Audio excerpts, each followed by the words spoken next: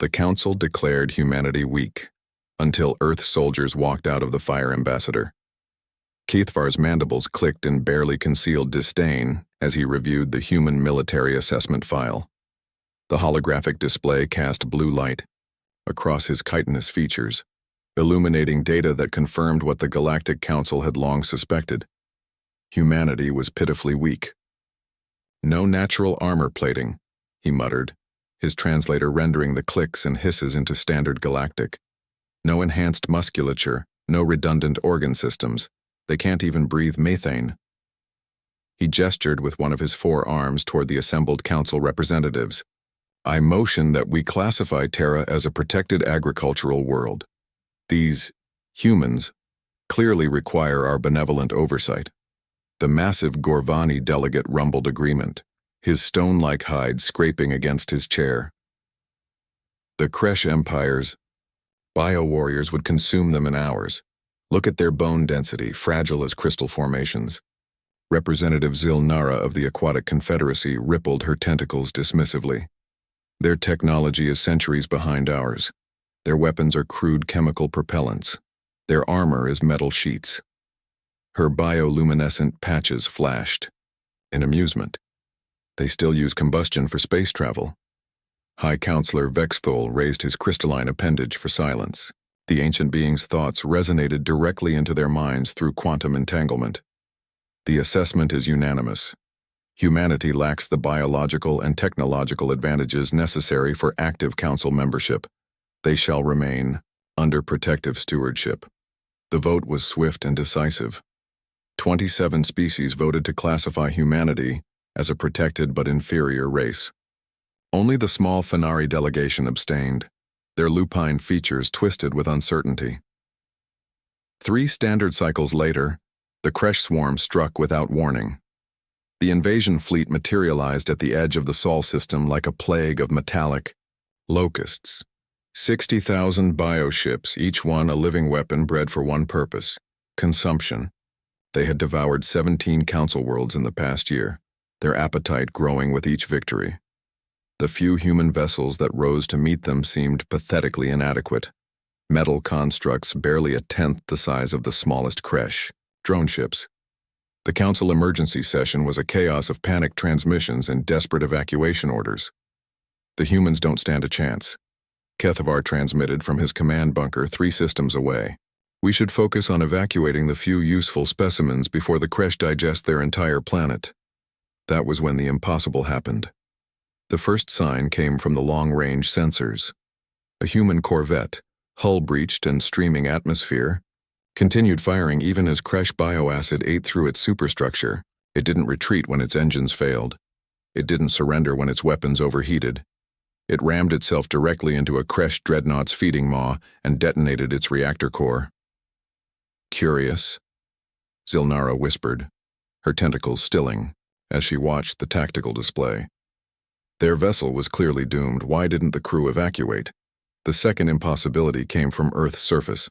Kresh drop pods rained down on the human cities like burning stars, disgorging thousands of bio-warriors bred to be perfect killers. Each warrior stood 3 meters tall, possessed redundant nervous systems, and could regenerate from wounds that would kill most species instantly. The council observers expected swift capitulation. Instead, they witnessed something unprecedented. Human soldiers, fragile, unarmored beings with single hearts and permeable skin, walked directly into plasma fire that would have vaporized Gorvani stone hides.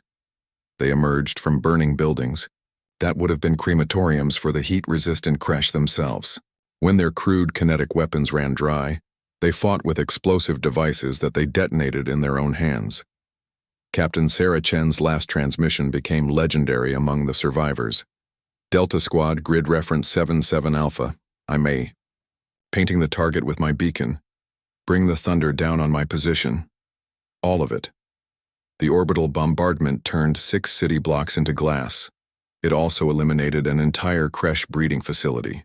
Captain Chen's final gesture had saved 40,000 civilians in the evacuation corridors. But it wasn't just the soldiers. Human medics ran into active combat zones to retrieve the wounded, exposing themselves to enemy fire that their inadequate equipment couldn't possibly stop. Human engineers stayed at their post to maintain power grids and life support systems, even as crash acid spitters dissolved their workstations around them. Human civilians formed armed resistance cells in the rubble, teaching their children to build explosives from household chemicals.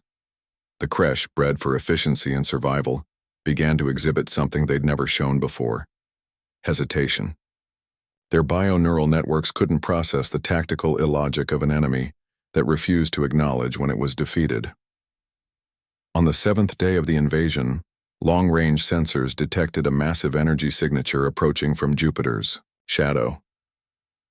The human deep space fleet, thought destroyed in the initial engagement, limped into the system. Their ships were burning hulks held together by emergency force fields and sheer determination. They should have been debris fields, Admiral Maria Santos broadcast on all frequencies. "This is Terran Fleet Command to all crash forces.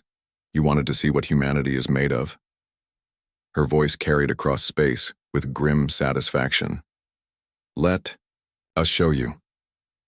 What followed defied every military algorithm in Council databases.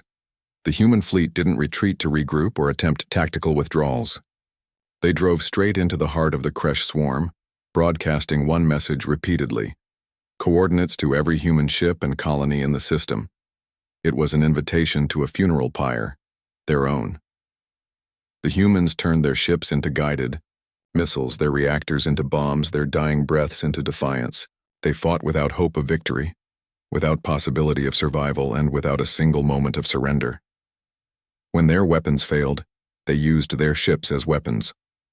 When their ships failed, they used themselves. The crash swarm, faced with an enemy that treated death as merely another tool of war, began to retreat. For the first time in their species' history, they withdrew from a feeding ground not because it was defended, but because the defenders were more terrifying than their hunger. High Counselor Vex Thul's quantum thoughts rippled with something, approaching awe. "Replay the tactical data. Show me the human casualty rates." The statistics appeared in holographic glory: 73% military casualties, 41% civilian casualties, complete devastation of 12 major population centers. By any rational standard, humanity had lost. Yet the Kresh were gone. Ambassador Kethavar's mandibles clicked rapidly as he processed the implications. They didn't fight to win. They fought to make victory too expensive. The Fenari delegate, who had remained silent throughout the crisis, finally spoke. Her voice was soft but carried clearly across the chamber. "You assessed their physical capabilities, their technology, their military doctrine, but you missed the most important factor, which was..." Silnara's tentacles writhed with curiosity. "Their willingness to die for something greater than themselves. You can't quantify that in tactical databases or biological assessments."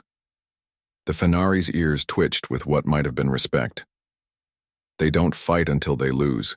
They fight until the enemy loses the will to fight." 3 days later, the Galactic Council unanimously voted to offer humanity full membership. The motion was proposed by the Gorvani delegate, who had found poetry in the humans' pragmatic ferocity. But the most telling moment came when High Counselor Vex Thul asked Admiral Santos how humanity planned to rebuild their devastated world. Santos, her uniform still scorched from her command ship's final battle, smiled grimly. "The same way we always have, Counselor. We get back up, we count our dead, and we prepare for the next fight. Because somewhere out there, something is going to threaten what we love again." She paused, looking directly at each council representative in turn. "And when it does, it's going to learn the same lesson the Kresh did. You don't measure humanity's strength by what we can endure. You measure it by what we're willing to sacrifice."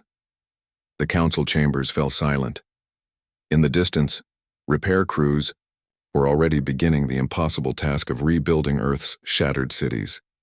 The work would take decades. The humans began immediately,